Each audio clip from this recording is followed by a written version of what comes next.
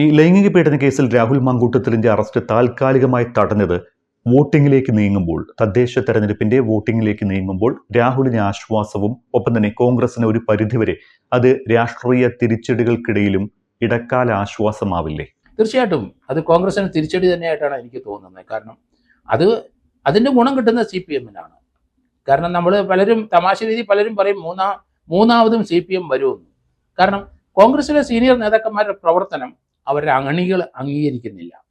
അവരിപ്പം ഗാന്ധിയൻ ചിന്തയിൽ തന്നെയാണ് നിൽക്കുന്നത്. അതൊന്നും ഇനി ഇന്ത്യയിൽ വില പോകില്ല.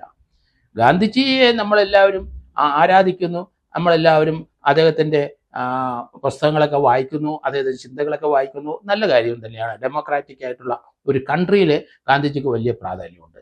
അത് നമ്മൾ ആ ലെവലിൽ ചെന്ന് കഴിയുമ്പം നമുക്ക് അങ്ങനെ ചിന്തിക്കാം. പക്ഷേ താഴെക്കടയുള്ള ആൾക്കാർക്കൊക്കെ ഗാന്ധിസം പറഞ്ഞു കൊടുത്താലൊന്നും ഇപ്പോൾ അത് വില പോവില്ല. അതുകൊണ്ടാണ് ഇപ്പോഴത്തെ ചെറുപ്പക്കാർ നമ്മൾ ഇത്ര ആരോപണം വന്നിട്ടും പിന്തുണ ഓരോ ദിവസം ചെല്ലുന്തോറും ഇയാൾക്ക് കൂടിക്കൂടി വരുന്നത് നമ്മൾ കാണുന്നില്ലേ? അതുകൊണ്ട് അങ്ങനെ ഇവരെയെങ്കിലും പടിക്ക് പുറത്താക്കാവുന്ന രാഷ്ട്രീയ പാർട്ടിക്ക് കഴിയും. പക്ഷെ ജനങ്ങൾ ഇവരെ പടിയിൽ നിന്ന് പുറത്താക്കത്തില്ല എന്നാണ് ഞാൻ കരുതുന്നത്.